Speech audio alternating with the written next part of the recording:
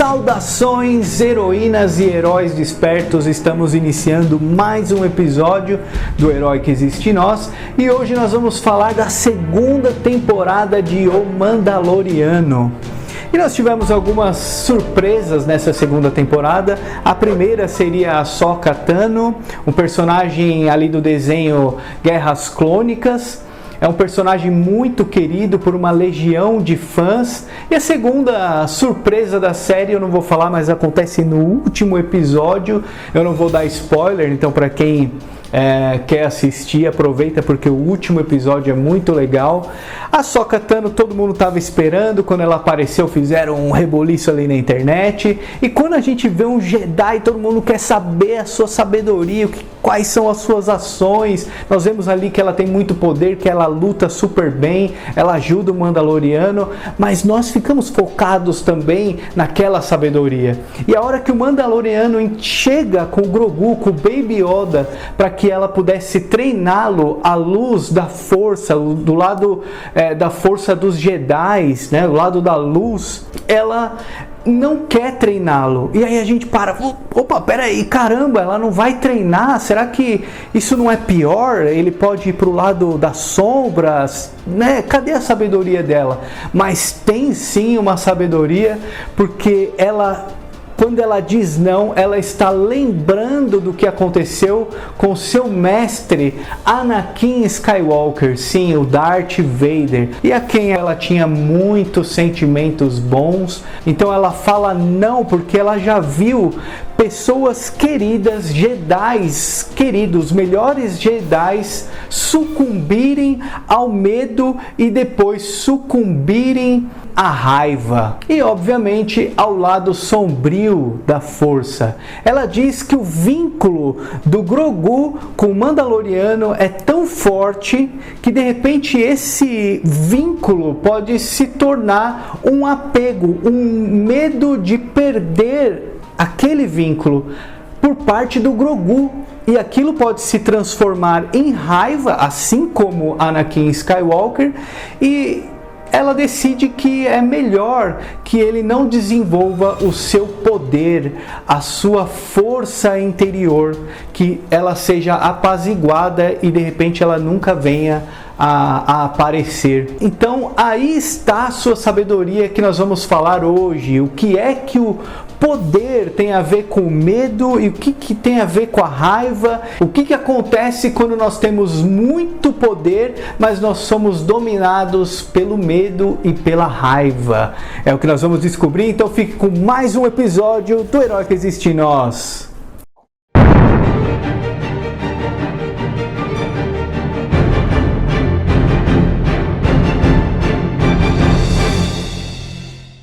Para a gente compreender melhor essa sabedoria de Ahsoka Tano, vamos relembrar toda a trajetória rapidamente de Anakin Skywalker. O que aconteceu para ele se tornar o Darth Vader? Nós sabemos que ele era considerado o escolhido, aquele que tinha mais domínio na força, tanto para o lado da luz quanto o lado da sombra. E vemos parte dessa trajetória no desenho Guerras Clônicas, onde ele conhece a Ahsoka Tano. Vemos ali que há uma relação fraternal entre os dois, eles vão criando um vínculo de amizade muito forte, não era só mestre e padawan, mas quando a Ahsoka Tano decide sair da Ordem Jedi por um motivo de desconfiança por parte da própria Ordem Jedi, Anakin fica muito chateado, se sente sozinho e ele sente o peso também de ser o escolhido e ter de passar por essa trajetória sozinho. Lá nos filmes, episódio 1, 2 e 3, antes de conhecer a Ahsoka, nós vemos que ele tem sonhos da morte da sua mãe e ele começa a ficar preocupado, vai tentar salvá-la das mãos do povo da areia, mas ela vem a falecer realmente e ele fica com aquele sentimento de perda. E não tão num tempo muito espaçado, ele tem um outro sonho agora com a sua amada, Padmé, que estava grávida. Ela vem a falecer no sonho também, e ele fica muito preocupado com o sentimento de perder alguém que ele ama novamente. Darth Sidious, ou Palpatine, percebe a fragilidade de Anakin e vai articulando, vai manipulando os bastidores da política para trazer ele para o lado da sombra. Ele promete um poder há muito não utilizado que poderia vencer a morte. Ele diz que o Conselho Jedi está tramando por trás porque eles têm medo de perder o poder. Anakin, que conhecia muito bem esse sentimento de perda, que não queria perder sua amada e a gravidez da sua amada, cede a esse poder, cede à raiva, deixa que o medo tome conta do seu ser, mesmo depois de ter sido aconselhado pelo Mestre Yoda que o medo da perda pode levar para o lado da sombra. Mas nós vemos também toda uma trajetória de dor de Anakin Skywalker. Nós vemos que ele tem o medo, a insegurança, o medo da perda, até que ele chega à raiva e sucumba às armadilhas do poder. Porque enquanto ele treinava as suas habilidades na força, ele não treinava os seus sentimentos. E nós podemos trazer à tona uma palavra-chave de entendimento de tudo isso, que é o triunfo. Anakin poderia argumentar que ele só queria trazer a paz, só queria tirar do poder aqueles que estavam articulando, quebrando as regras. Ele poderia argumentar que ele queria trazer a vida, não queria deixar morrer a pessoa amada. Mas quando nós observamos o sentimento de triunfo, de conquista, de vencer o outro, sempre nos remete à competição. Porque quando um vence, sempre existe o outro que perde. Então há essa armadilha sentimental. O Anakin usa esse sentimento de triunfo, de poder, para vencer a morte, para vencer o seu sentimento de perda, o seu medo, a sua insegurança. Nós vemos que não está trabalhado esse sentimento e ele usa o poder, o triunfo, a vitória sobre o outro para poder ter esse triunfo dentro de si. Mas onde existe guerra de poder, os mais fracos podem ser esquecidos. Onde na política há essa briga pelo poder, pode ser sacrificado o bem de uma nação inteira, de um povo inteiro, ou de um planeta inteiro, né? É sacrificado o bem-estar daquele povo, porque há a briga somente de egos, somente de poder. E quando a gente traz para uma relação mais a dois, como é o caso do casamento, quando o marido quer ter o sentimento de triunfo sobre a mulher, ele perde a mulher. A mesma coisa é a mulher quando ela quer ter o sentimento de triunfo, estar sempre certa, de argumentação sobre o outro, ela perde o homem, perde o marido. No mesmo caso, é a relação de separação, de um divórcio de casamento. Quando os dois brigam pelo poder da guarda dos filhos, por exemplo, eles também perdem os filhos.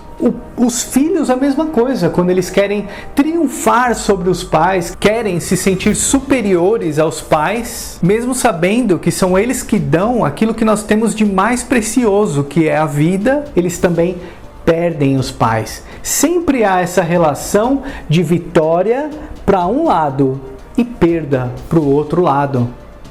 Onde quer que haja o sentimento de triunfo, algo vai ser destruído ali. Mas há uma outra chave de interpretação da palavra triunfo, que é: quando eu quero triunfar, quando eu quero ser alguma coisa, é porque obviamente eu não sou aquilo, porque eu estou tentando ser.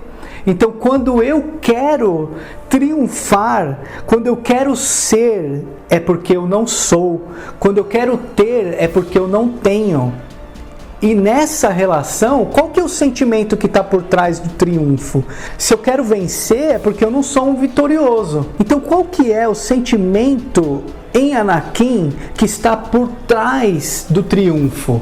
Qual que é o sentimento que o triunfo, aquela vontade de querer ser, esconde?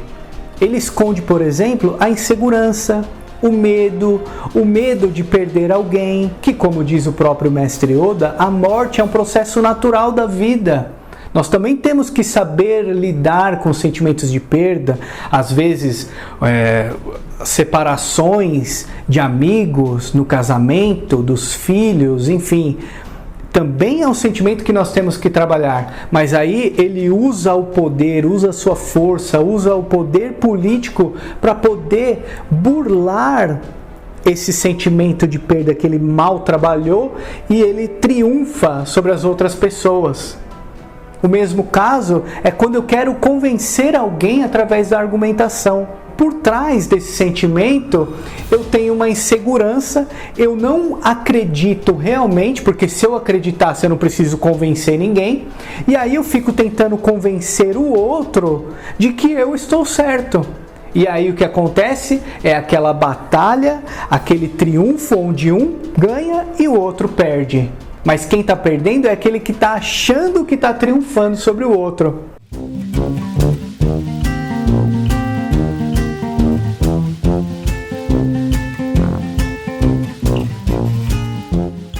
Quando nós vamos, por exemplo, para a subjugação, quando eu quero subjugar o outro, seja com uma posição social, seja com bens materiais, é porque eu estou colocando o meu poder em bens externos para me sentir superior às outras pessoas. Ou seja, de novo eu estou burlando aquele sentimento mal trabalhado para tentar ser alguma coisa que eu não sou. Quando eu renuncio a esse triunfo, a esse sentimento de poder, a esse exercício do poder, eu começo a trabalhar dentro de mim uma outra força mais bonita, uma outra força mais bela. Eu começo a me superar, a me transcender, né? Aqui começa a nascer um outro poder dentro de mim. Só que aí é um poder mais forte, um poder daquela pessoa que simplesmente não tenta ser. Ela venceu os próprios medos, ela entendeu os próprios medos, entendeu o medo da perda, entendeu o seu verdadeiro poder. E aí esse poder passa a agir a favor da vida. Por exemplo, ele passa a agir a favor da reconciliação. Eu tenho poder de reconciliação porque eu não quero ser mais do que os outros. Eu não quero ter o poder de ser mais, né? Naquele paradoxo de querer ser e não conseguir ser, né? Também tem, já que tem a reconciliação, também é a favor da cura das relações, da paz, do respeito ao próximo e do amor. Olha só como é mais belo esse poder. O próprio Carl Gustav Jung, um psiquiatra muito conhecido hoje, ainda hoje, né? Ele diz que onde impera o amor, o poder não domina. E ao contrário a mesma coisa. Onde o poder domina, não há amor. Um é a sombra do outro. Então olha como é bonito isso. Quando eu renuncio a esse poder que o Anakin tanto buscou, eu automaticamente começo a fazer com que um outro poder surja dentro de mim, uma outra energia, né? Eu passo a agir para a reconciliação, para a cura, para a paz, para o respeito e para o amor. E quando nós voltamos lá para Ahsoka Tano, para treinar o Baby Yoda, e ela se recusa, ela está se referindo a isso. Porque o Anakin teve todo o medo da perda, não trabalhou o medo, não trabalhou a insegurança, aquilo se tornou raiva e todo aquele poder que ele tinha, da força, que era um poder muito forte, ele usava para machucar as outras pessoas, para abafar esses sentimentos dentro dele, esse sentimento de insegurança. Ele usa o poder, ele usa a subjugação, né? Ele usa essa força para esconder esse medo. É muito interessante quando a gente faz esse movimento para observar agora, com todo esse entendimento, a sabedoria da Ahsoka Tano, porque nós vemos que quando ela olha para o Grogu, ela vê todos esses sentimentos que tinha em Anakin se repetindo. Por exemplo, ele tinha o medo da perda porque sua conexão com o Mandaloriano era muito forte. Era tão forte aquela relação que era quase paternal. Então, o que aconteceria se Grogu se separasse repentinamente do Mandaloriano e não tivesse trabalhado o seu sentimento de perda? O que aconteceria com sentimentos de raiva depois disso? E com um poder muito grande dentro dele? Será que ele tentaria abafar todo esse sentimento com poder, como fez Anakin? Ou ele poderia trabalhar isso dentro dele, né? Então nós vemos que se nós pudéssemos aqui fazer uma brincadeira imaginativa com a Ahsoka Tano, colocando ela na situação de treinar realmente o Grogu, mas ela deixasse de lado o treinamento do poder, que já era algo natural nele, e focasse no treinamento dos sentimentos, talvez ele poderia se tornar um Jedi excepcional, porque ele estaria mais preparado com a sua insegurança, mais preparado com o sentimento de perda, preparado com a raiva, e todo aquele poder seria dominado mais facilmente. Ele não utilizaria o poder para abafar, para esconder os sentimentos mal trabalhados dentro dele, né? Então olha só que interessante, existe realmente uma sabedoria, porque ela sabe o que pode acontecer com pessoas que têm muito poder, mas não trabalham os sentimentos, né? Mas nessa nossa brincadeira imaginativa, nós poderíamos ver que ele poderia se tornar uma pessoa excepcional com muito poder. Não há problema em ter poder, mas quando esse poder é direcionado para a reconciliação, para a cura, para o amor, para a paz, para o respeito, enfim, ele fica muito mais poderoso. A pessoa fica muito mais poderosa, porque são inúmeras vezes que nós vemos surgir na nossa mente ações de reconciliação, de soluções mais amigáveis. Nós conseguimos vislumbrar nosso ideal em prática, mas pela força do hábito acabamos deixando de lado esse nosso eu mais belo. Percorrendo esse caminho, a pessoa ela não tenta ser, ela não abafa os sentimentos para tentar ser alguém, ela é. Há uma outra força que nasce dentro dela, há um outro poder que nasce dentro dela, um poder muito mais belo, um poder muito mais reconciliador e com amor, como diz o Carl Gustav Jung. Então é isso, gente, é pra gente pensar sobre onde nós estamos carregando e abafando e escondendo sentimentos mal trabalhados dentro de nós.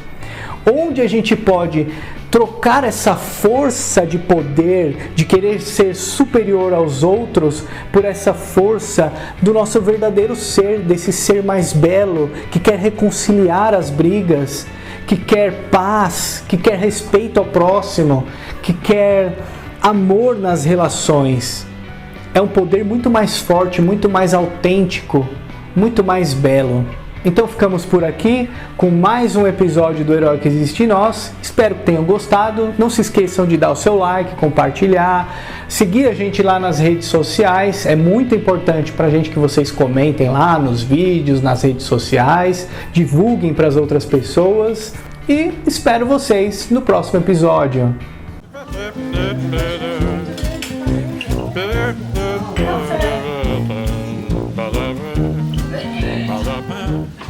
Já conhece nossa loja? Então acesse www.lojacafecomzumbi.com.br. Lá nós temos quadros e canecas irados do Mandaloriano, do filme Na Natureza Selvagem, quadros e canecas fofinhos do Tio Airo, do desenho Avatar, e do nosso querido Harry Potter. Passe lá e confira esses e outros produtos fantásticos da nossa imaginação.